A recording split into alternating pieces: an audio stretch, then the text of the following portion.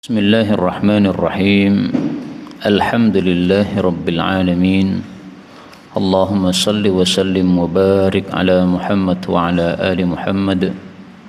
Allahumma anfa'na bima 'allamtana wa 'allimna ma yanfa'una wa zidna ilma wa barik lana fi ilmina warzuqna al-ikhlasa fil qawli wal 'amali kamila wa nas'aluka Allahumma 'ilman nafi'an la yunsa wa taufiqan daima wa sihhatan wa afiyah, amin ya rabbal alamin.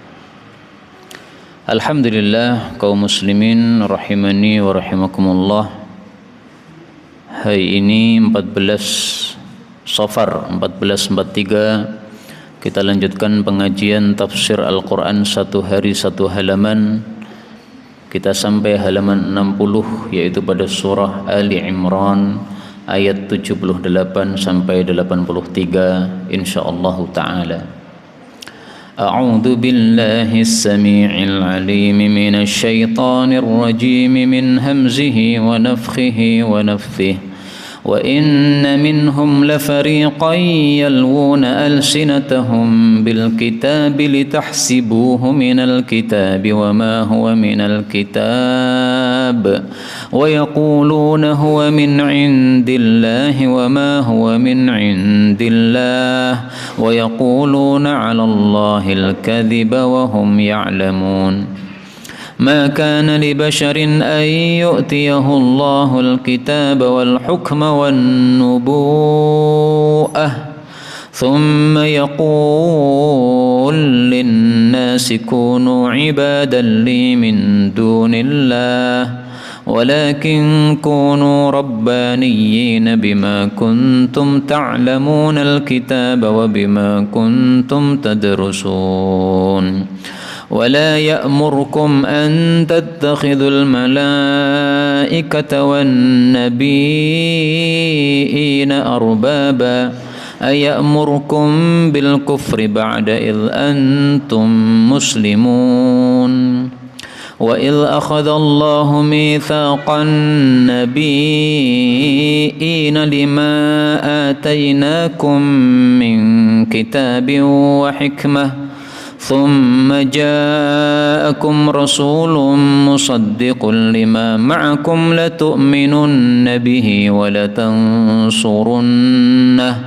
قال أأقررتم وأخذتم على ذلكم إصري قالوا أقررنا قال فاشهدوا وأنا معكم من الشاهدين فمن تولي بعد ذلك فأولئك هم الفاسقون أفغير دين الله تبغون وله أسلم من في السماوات والأرض طوعا وكرها وإليه يرجعون.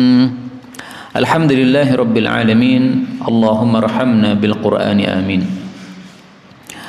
Pada ayat-ayat yang kita baca ini ada beberapa kata yang bisa dibaca dengan dua bacaan. Yang pertama pada ayat 78, litahsabuhu boleh dibaca litahsibuhu, sinnya di kasrah.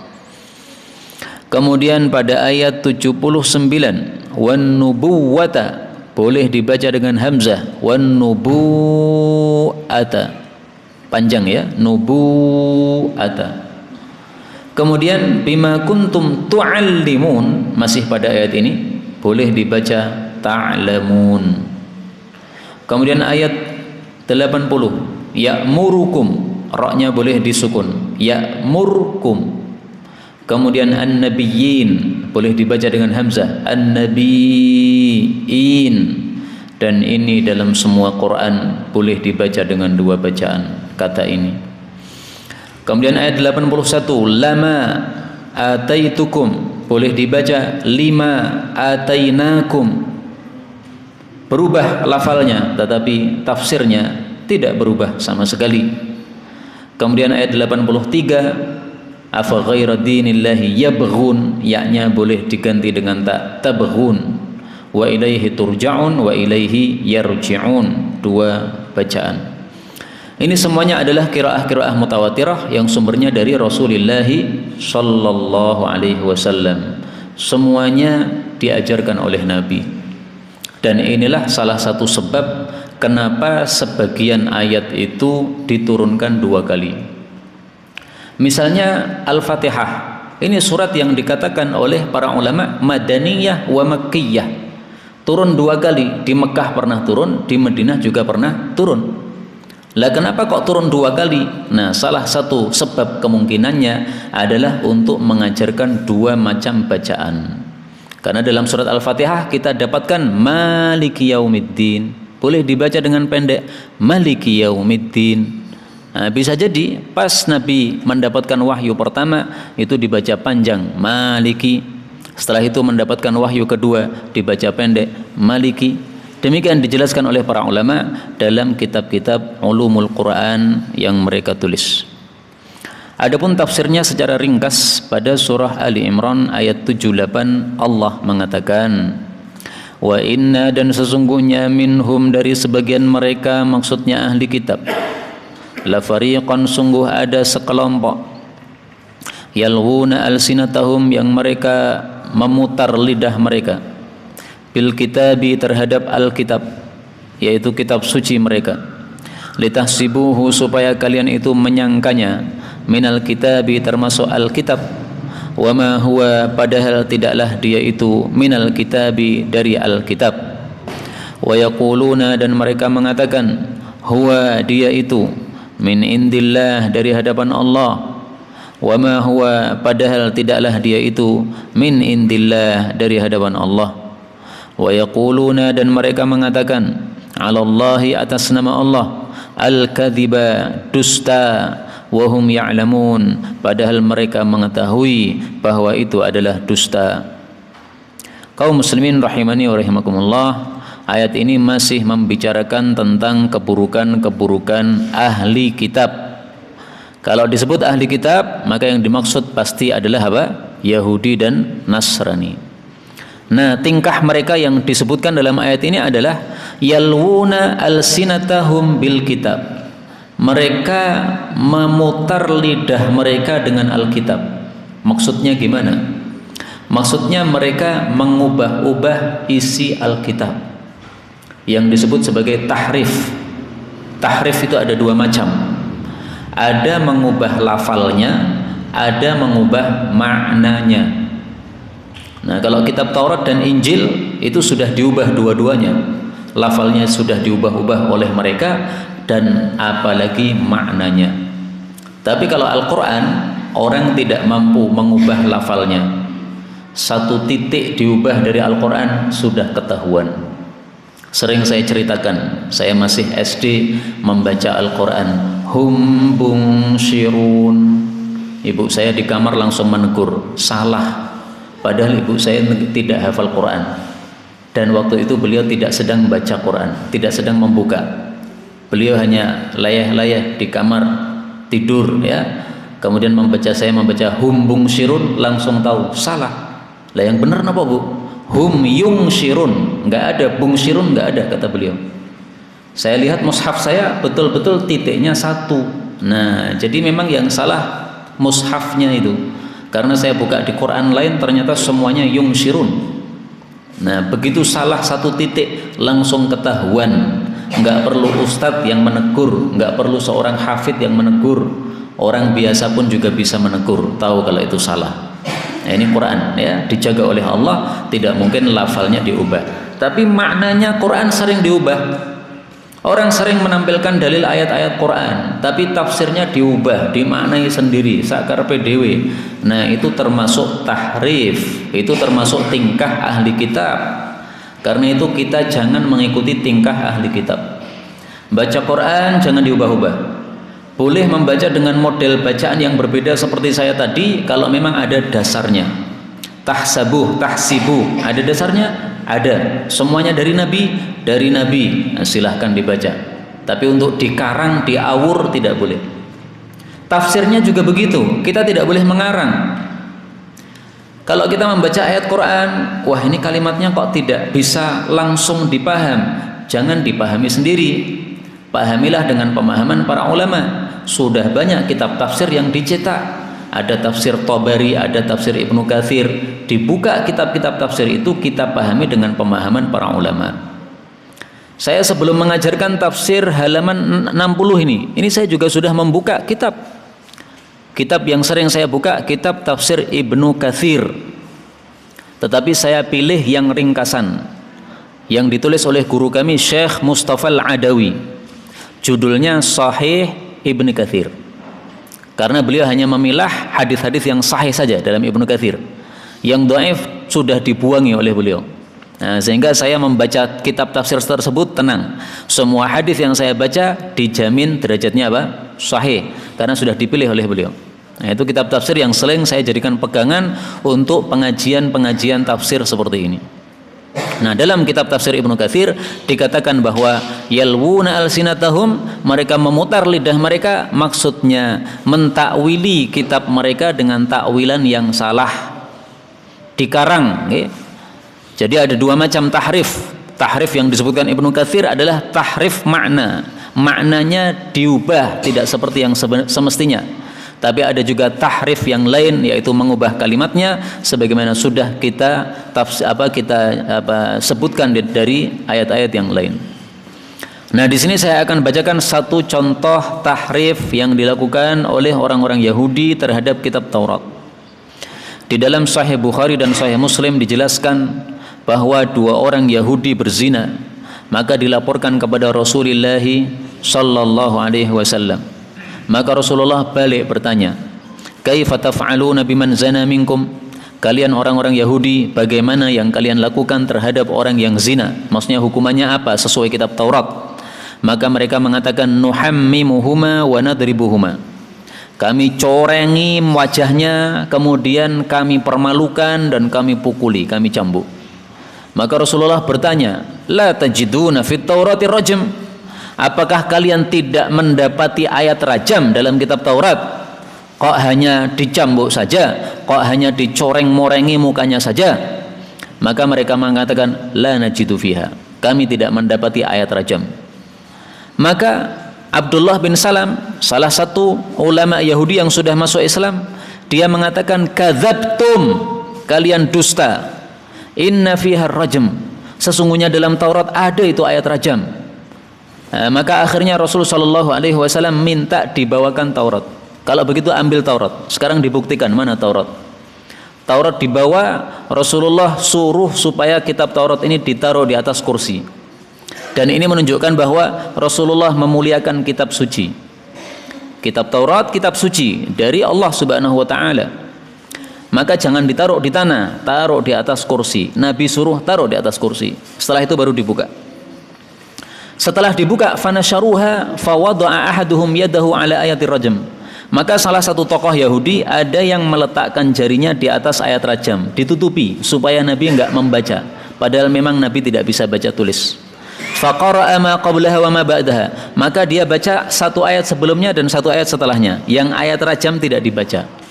Maka Abdullah bin Salam mengatakan, irfa' yadak, kamu angkat tanganmu. Ini kamu nutupi kamu ini. Farafa'a yadahu fa idza fiha ayatul rajam. Setelah diangkat tangannya, ternyata betul di situ ada ayat rajam. Faqalu, maka Yahudi ini kemudian mengatakan, shadaqa ya Muhammad fiha ayatul rajam. Abdullah bin Salam, betul memang ada ayat rajam dalam kitab Taurat. Nah, ini akhirnya mereka mengakui. Nah, ini contoh tahrif yang dilakukan oleh mereka terhadap kitab suci mereka. Mereka katakan orang berzina di dalam kitab suci kami itu adalah dicorengi mukanya dengan arang. Habis itu dikelilingkan di pasar-pasar supaya dia malu. Habis itu dicambuki. Tapi nggak ada rajam, nggak ada. Karena kalau ada rajam nanti banyak yang mati, kata mereka. Nah, itu adalah litahsabuhu minal kitabi wa ma huwa minal kitab. Mereka mengatakan begitu supaya kita mengira bahwa itu dari kitab suci, padahal itu bukan dari kitab suci. Mereka mengatakan huwa min indillah, itu dari Allah, yaitu dari kitab suci, dari kitab Taurat. Wa ma huwa min indillah, padahal bukan dari Allah. Berarti yaquluna 'alallahil kadzib, mereka itu ngomong dusta atas nama Allah. Nah, hukuman bagi orang yang ngomong dusta atas nama Allah tentu saja apa? Neraka kekal di dalamnya. Atas nama Nabi saja diancam neraka, sebagaimana hadis yang sahih yang sering kita dengarkan, bahkan hadisnya mutawatir. Rasulullah sallallahu alaihi wasallam bersabda, "La takdzibu alayya." Kalian jangan dusta atas nama saya. Fa innahu may yakdzib alayya falyalijin nar. Siapa yang dusta atas nama saya, nama Nabi, hendaklah dia masuk neraka.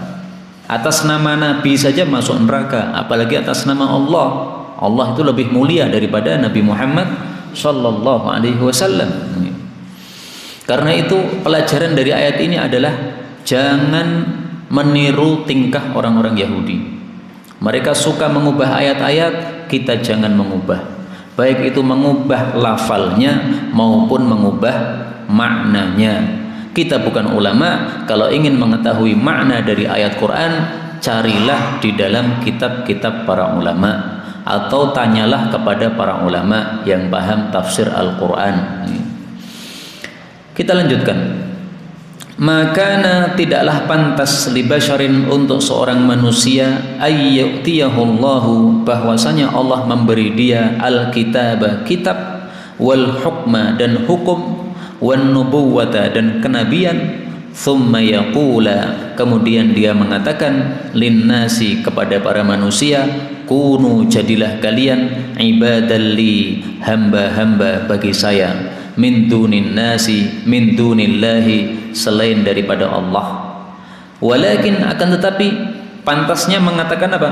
Pantasnya mengatakan, kunu, jadilah kalian rabbaniyin, orang-orang yang rabbani, bima kuntum, dengan sebab kalian itu ta'lamunal kitaba, kalian memahami Alkitab, atau bima kuntum tu'allimunal kitab, karena kalian itu mengajarkan kitab, wa bima kuntum, dan dengan sebab kalian itu tadrusun.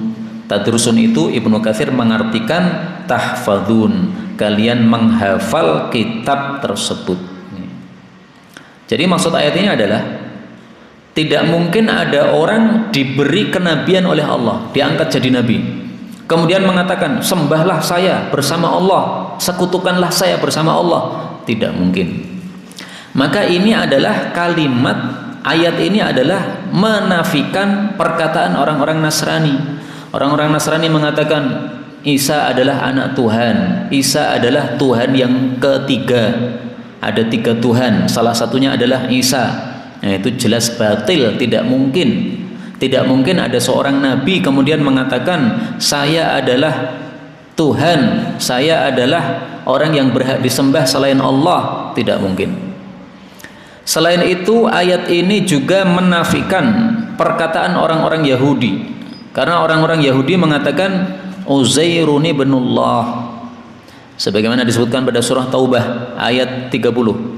Wa qalatil yahud, orang-orang Yahudi mengatakan Uzairun ibnullah, Uzair itu putranya Allah, artinya berhak disembah sebagaimana Allah. Wa qalatin nasara, orang Nasrani mengatakan Al-Masih ibnullah, Isa Al-Masih itu anaknya Allah, artinya berhak disembah sebagaimana Allah. Nah, perkataan ini dibantah oleh Allah dengan ayat ini tadi, surat Ali Imran ayat 79. Tidak mungkin manusia dijadikan nabi, misalnya tadi Nabi Uzair, misalnya tadi Nabi Isa, setelah dijadikan nabi kemudian mengatakan menyembahlah kepada saya selain Allah. Artinya menyembah itu double, menyembah Allah juga menyembah saya.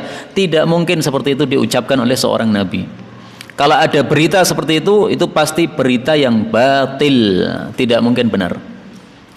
Terus yang diucapkan oleh seorang nabi pasti apa? Pasti kunu rabbaniyin, jadilah kalian menjadi rabbani. Rabbani itu apa? Yang menyembah Rabb. Siapa Rabb kita? Allah subhanahu wa ta'ala. Jadi disebut rabbani itu karena nisbat kepada Rabb, kepada Allah subhanahu wa ta'ala. Rabbani itu ditafsirkan oleh Ibnu Katsir hukama'a, ulama'a, fuqaha'a, menjadi orang-orang yang ahli hikmah, yaitu bijaksana, dan ahli ilmu, dan hulama, orang-orang yang aris. Aris itu maksudnya tidak mudah untuk menghukum, atau tidak mudah untuk marah, tidak mudah untuk marah apabila dirinya dibuat marah. oleh orang lain, misalnya dituduh dan sebagainya, nah, tidak mudah marah, tapi hulama, longgar hatinya. Karena itu Imam Ad-Dhahhak mengatakan, haqqun 'ala man ta'allama al-Qur'an ay yakuna faqihan. Wajib bagi siapapun yang sudah mempelajari Quran bahwa dia itu menjadi seorang yang faqih, yang paham agama berdasarkan ayat ini.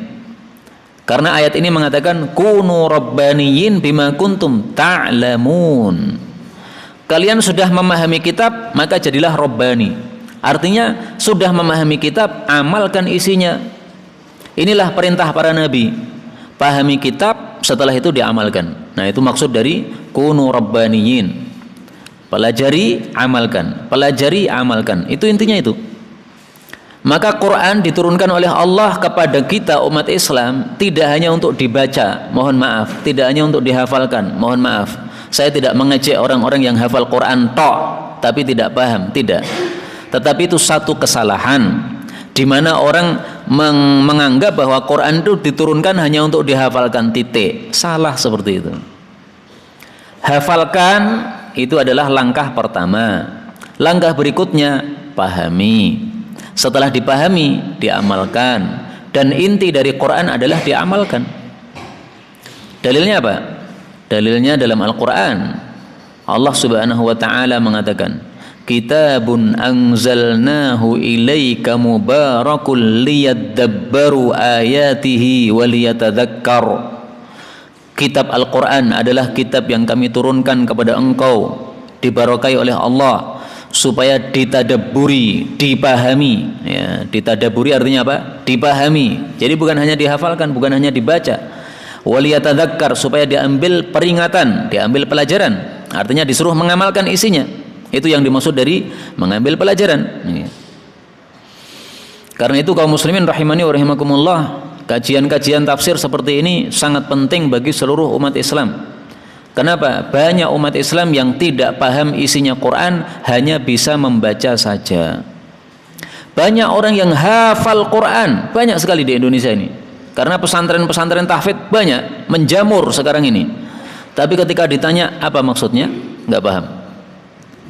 Ketika ditanya ini halal atau haram, nggak paham. Padahal jawabannya ada dalam Quran. Nah, ini berarti kekurangan kita. Maka di sini kunu rabbaniyin bima kuntum ta'lamunal kitab. Jadilah rabbani, yaitu mengamalkan ilmu dengan sebab kalian itu sudah memahaminya. Disuruh mengamalkan setelah memahami. Wa bima kuntum tadrusun, juga dengan sebab kalian sudah menghafal. Dan saya yakin semua kita sudah menghafal Quran. Baik itu juz amma, baik itu surat-surat pendek saja, Ad-Duha sampai Anas, atau minimal adalah surat Al-Fatihah, semua kita udah hafal.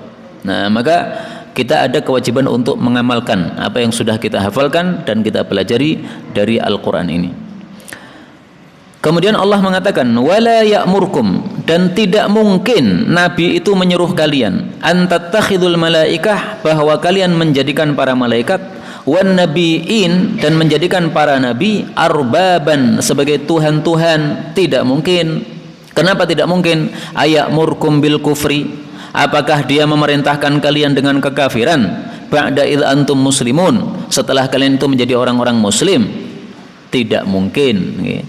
Nah, maka ayat ini ringkasnya atau intinya membantah perkataan-perkataan batil ahli kitab, baik itu Yahudi maupun Nasrani, yang mengatakan bahwasanya Uzair adalah Tuhan, yang mengatakan bahwasanya Isa adalah Tuhan. Tidak mungkin seperti itu. Semua para nabi yang diutus oleh Allah, kalimatnya satu. Kalimatnya apa?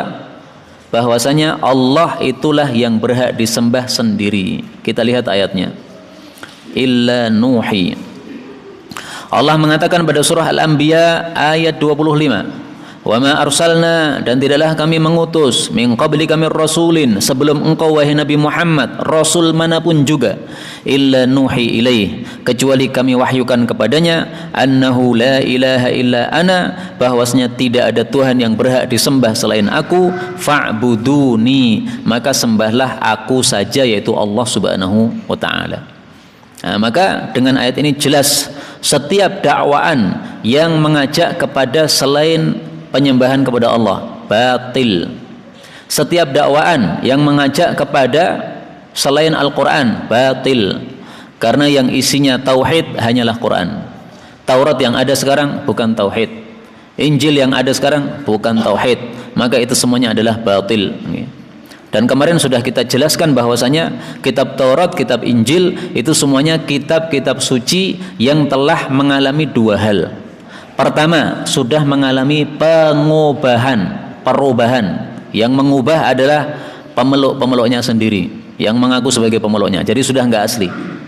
Yang kedua, kitab-kitab tersebut anggaplah masih asli, itu sudah kadaluarsa, sudah tidak boleh dipakai lagi. Sama dengan obat sudah kadaluarsa, jangan dipakai. Obat kadaluarsa nekat dimakan, tambah sakit parah nanti. Nah, demikian juga kitab suci ini ada masanya. Allah turunkan Taurat untuk orang-orang Bani Israel, Allah turunkan Injil untuk umatnya Nabi Isa. Selesai masa Nabi Isa, ganti kitab baru, Quran, nggak boleh dipakai lagi. Dalil untuk menguatkan hal itu adalah ayat berikutnya, ayat 81. Allah Subhanahu wa taala mengatakan, wa il, dan ingatlah ketika akhadallahu, Allah telah mengambil apa? Mitsaqa, perjanjian yang kuat. Kepada siapa perjanjian itu? An-nabiin, kepada para nabi-nabi semuanya, 124.000 nabi. Lama ataitukum, sungguh apa saja yang aku datangkan kepada kalian, min kitabin, dari kitab, wa hikmatin, dan hikmah. Thumma ja'akum, kemudian datang kepada kalian rasulun, seorang rasul, musaddiqun, yang membenarkan, lima ma'akum, terhadap kitab yang ada pada kalian. Maka harus apa? La tu'minun nabihi, betul-betul kalian harus beriman terhadap rasul tersebut, wala tansurunnah, dan betul-betul kalian harus menolong rasul tersebut. Qala, Allah bertanya kepada para nabi tadi, a'aqrartum, apakah kalian ikrar, yaitu mengakui apa? Perjanjian ini. Wa akhadtum, dan kalian mengambil, ala dzalikum, atas hal tersebut, isri, perjanjian denganku, dengan Allah. Qalu, mereka para nabi menjawab semuanya, aqrarna, kami telah ikrar, ya, mengakui perjanjian ini. Qala, Allah berkata, fashhadu, maka bersaksilah, fa ana ma'akum wa ana ma'akum, dan saya bersama kalian wahai para nabi, minasyahidin, termasuk orang-orang yang bersaksi. Jadi maksudnya semua nabi, kata Ibnu Katsir, sejak Nabi Adam sampai Nabi Isa, semuanya sudah diambil janji untuk melakukan ayat ini. Apa janjinya? Nanti kalau datang Rasul baru, kalian harus beriman kepadanya, kalian harus menolongnya. Para ulama mengatakan begini, setiap Nabi diutus itu dijanji oleh Allah, nanti kalau ada Rasul baru yang saya utus, kamu bantu, kamu imani. Terus Rasul yang diutus baru ini juga diambil janji oleh Allah, nanti kalau muncul Rasul baru lagi yang saya utus, kamu harus imani, kamu harus tolong. Semua terus, dari 124.000 nabi, dari Nabi Adam sampai Nabi Muhammad, semuanya diambil janji. Berarti terakhir adalah Nabi Muhammad SAW, berarti semuanya disuruh untuk menolong dan mengimani Nabi Muhammad SAW. Maka ini salah satu dalil bahwasanya syariatnya Nabi Muhammad SAW itu menghapus syariat-syariat sebelumnya. Kitab Taurat sudah dihapus dengan Quran, kitab Injil sudah dihapus dengan Quran. Karena di sini pemeluk kitab Taurat dan Injil disuruh apa? La tu'minun nabihi, suruh beriman kepada Nabi Muhammad. Beriman kepada Nabi Muhammad maksudnya gimana? Mengikuti kitab yang beliau bawa. Wala tansurunah, menolong Nabi Muhammad. Nah, justru sebaliknya orang-orang Yahudi Nasrani itu, mereka tidak mau mengikuti kitab yang dibawa Nabi Muhammad, tidak mau menolong, bahkan malah memusuhi, ingin membantai, membunuh Rasulullah sallallahu alaihi wasallam. Perang-perang Nabi kepada orang-orang Yahudi di Madinah itu kan rata-rata karena mereka pengen membunuh. Contoh misalnya Rasul sallallahu alaihi wasallam kenapa mengusir Yahudi yang ada di Madinah, Bani Quraidah itu kenapa? Itu gara-gara Rasulullah akan dibunuh oleh mereka. Rasulullah perlu bantuan duit untuk membayar diat. Diat yaitu pembunuhan yang salah, ya, sehingga harus dibayar diatnya. Nah, Rasulullah pas nggak ada duit, maka beliau minta bantuan kepada Yahudi Madinah. kami butuh duit untuk bayar diat. Maka mereka mengatakan, baik Muhammad, kami akan berikan apa yang kamu perlukan, tunggu dulu. Rasulullah disuruh nunggu, kemudian beliau berteduh pada tembok mereka, santai berteduh. Beliau tidak berprasangka buruk sama mereka. Nah, begitu beliau sudah layah-layah di tembok, mereka saling bisik antar mereka. Ini jarang ini Muhammad berada di tembok kita kayak begini. Ini kalau kita ambil kesempatan ini sangat bagus. Kesempatan apa? Kita naik ke loteng, kita ambil batu besar, kita jatuhkan pada Muhammad, pas kepalanya, dia berada di bawah situ. Nah, malaikat Jibril segera turun dari langit, disuruh oleh Allah Subhanahu wa taala, "Hei Muhammad, ini Yahudi ngomong kayak gini. Kamu segera pulang ke Madinah. Kamu siapkan tentara-tentara kamu." Nah, makanya Rasul sallallahu alaihi wasallam langsung bangkit dari tempat duduknya supaya tidak kejatuhan batu dari atas, kemudian balik ke Madinah, kemudian membawa para sahabat, membawa senjata, balik lagi ke kampung Yahudi, kemudian mereka diserang. Rasulullah katakan, ayo kalian sudah melanggar janji, katanya janji kita damai, tidak ada peperangan.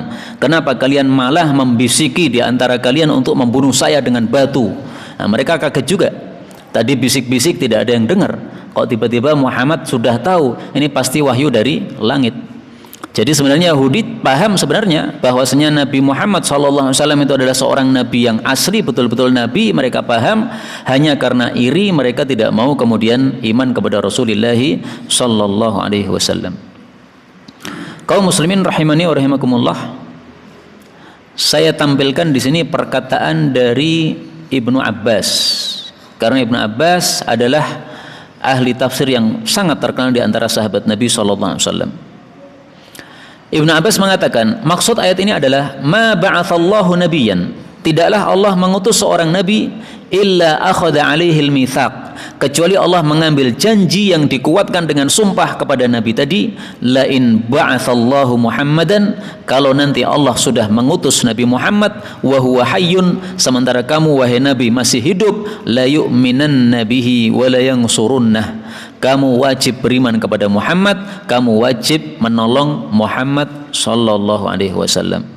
Tidak sampai di sini, wa amarahu, dan Allah menyuruh Nabi itu ayyakhudhal mitsaq, untuk mengambil perjanjian ini ala ummatihi, kepada umat beliau juga.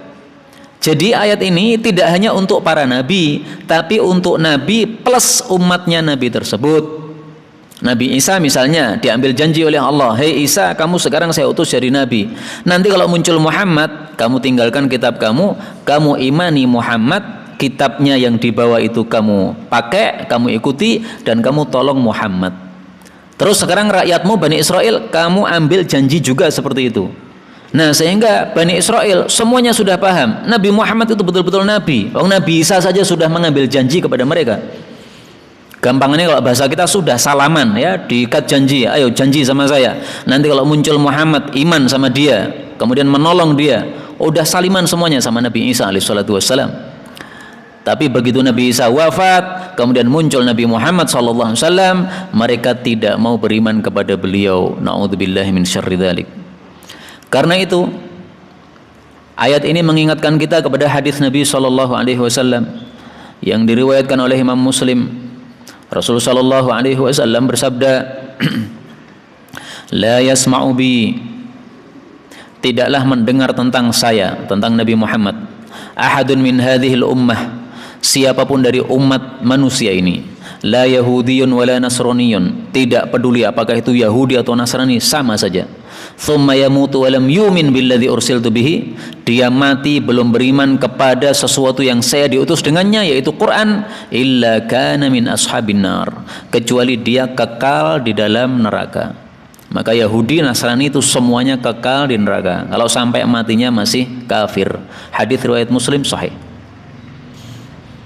Mereka mengatakan kami akan masuk ke surga, kembali ke bapa kami. Itu kan surga mereka. Surga mereka itu nerakanya Allah Subhanahu wa taala. Sayang sekali orang-orang Nasrani, orang-orang Yahudi itu yang bawah-bawahnya itu nggak paham apa-apa, ditipu oleh ulama-ulama mereka. Yang paham-paham gini ini kan para ulama mereka. Tapi mereka khawatir kehilangan jabatan, mereka nekat tetap mempertahankan agama sesat mereka. Na'udzubillah.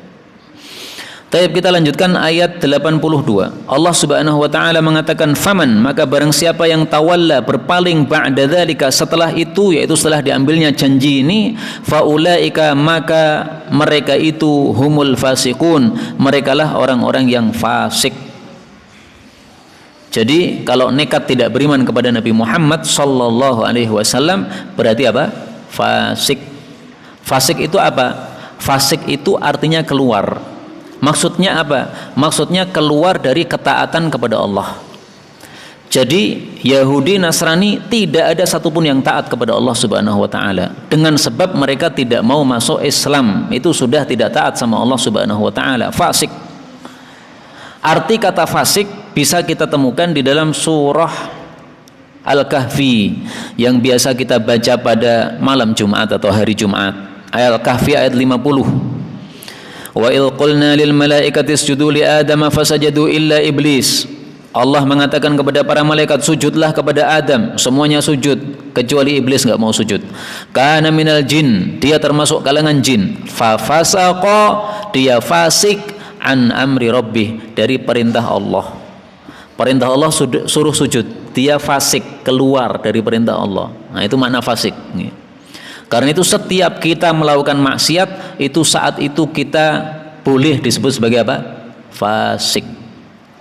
Saat memakan sesuatu yang haram, saat makan itu berarti kita fasik, karena keluar dari ketaatan kepada Allah Subhanahu wa taala. Na'udzubillahi min syarri dzalik. Karena itu tanda orang beriman itu adalah kalau hatinya benci kepada perkara-perkara fasik. Sebagaimana disebutkan pada surah Al-Hujurat ayat yang ke-7. Allah mengatakan, walakinnallaha habbaba ilaikumul iman. Allah itu memberikan cinta kepada kalian kepada iman, ya. Kita dibikin cinta iman. Wa zayyanahu fi qulubihim. Allah menghias-hiasi iman dalam hati kalian. Wa karraha ilaikumul kufra wal fusuqa wal isyan. Allah membikin benci kepada kalian itu, benci apa? Benci kafir, benci fasik, benci maksiat. Nah, ini tanda orang-orang yang rasyidun, orang-orang yang mendapatkan petunjuk dari Allah Subhanahu wa taala. Nah, karena itu mudah-mudahan senangnya kita untuk sholat jamaah di masjid meskipun pandemi, ini adalah tanda-tanda apa? Iman kita kepada Allah Subhanahu wa taala. Mudah-mudahan, okay? Meskipun kita tidak mengejek saudara-saudara kita yang tidak mau ke masjid gara-gara pandemi, ya silahkan aja lah. Yang penting masing-masing kita nanti bertanggung jawab di hadapan Allah Subhanahu wa taala. Tapi kita yang tidak absen ke masjid meskipun pandemi, maka ini insyaallah ini termasuk zayyanahu fi qulubikum. Karena perbuatan iman yaitu salat jamaah dihias-hiasi dalam hati kita sehingga kita susah untuk meninggalkannya. Disuruh tidak jamaah, wah nggak bisa ini ya, salat jamaah. Nanti kalau tersebar apa virusnya di masjid gimana? Tawakal kepada Allah, sudahlah bismillah ya. Kalau kita keluar dari rumah menuju ke masjid kan sudah doa. Bismillah, tawakkaltu 'ala Allah, la haula wala quwata illa billah. Ketika kita ngomong gitu kan malaikat sudah mengatakan, wuqita wa kufita. Kamu sudah dijaga oleh Allah, kamu sudah dicukupi oleh Allah. Ngapain takut, ya kan? Sekarang ini ada berita-berita, ya, banyak ustadz yang lagi ngajar ditusuk dan sebagainya. Ya bolehlah berita-berita kayak gitu disebar-sebarkan supaya orang jadi ketakutan. Okay? Yang penting kita cukup berlindung kepada Allah Subhanahu wa taala, keluar dari rumah mengucapkan doa bismillahi tawakkaltu 'ala Allah la haula wala quwata illa billah. Udah dijaga oleh Allah, dicukupi oleh Allah. Apapun yang terjadi, yang penting kita sudah dijaga dan dicukupi oleh Allah. Ayat terakhir pada malam ini, Allah mengatakan, afa ghaira dinillah, apakah kepada selain agama Allah, tabghun, kalian itu mencari, walahu, padahal hanya kepada Allah, aslama, tunduk, mang fis samawati, siapapun yang ada di langit-langit, wal ardi, dan bumi, tau'an, baik sukarela, wa karhan, maupun terpaksa, wa ilaihi, dan hanya kepada Allah, yarji'un, mereka semuanya akan kembali, atau turja'un, kalian semuanya akan kembali. Ayat ini mengingkari orang-orang yang mencari agama selain agama Allah.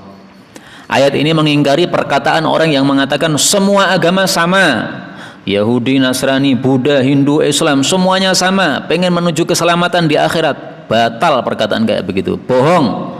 Agama yang diterima Allah hanya satu, nggak ada agama sama, nggak ada. Agama itu tidak sama.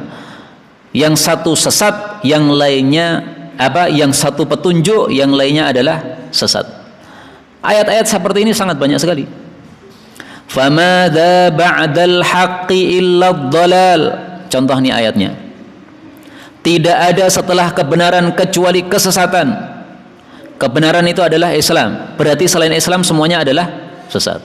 Yahudi sesat, Nasrani sesat, Ahmadiyah sesat karena punya kitab sendiri, nggak mau pakai Quran, maunya kitab pakai Tazkirah atau kitab apa itu. Semuanya sesat. Famadza ba'dal haqqi illa dhalal. Tidak ada setelah kebenaran kecuali kesesatan.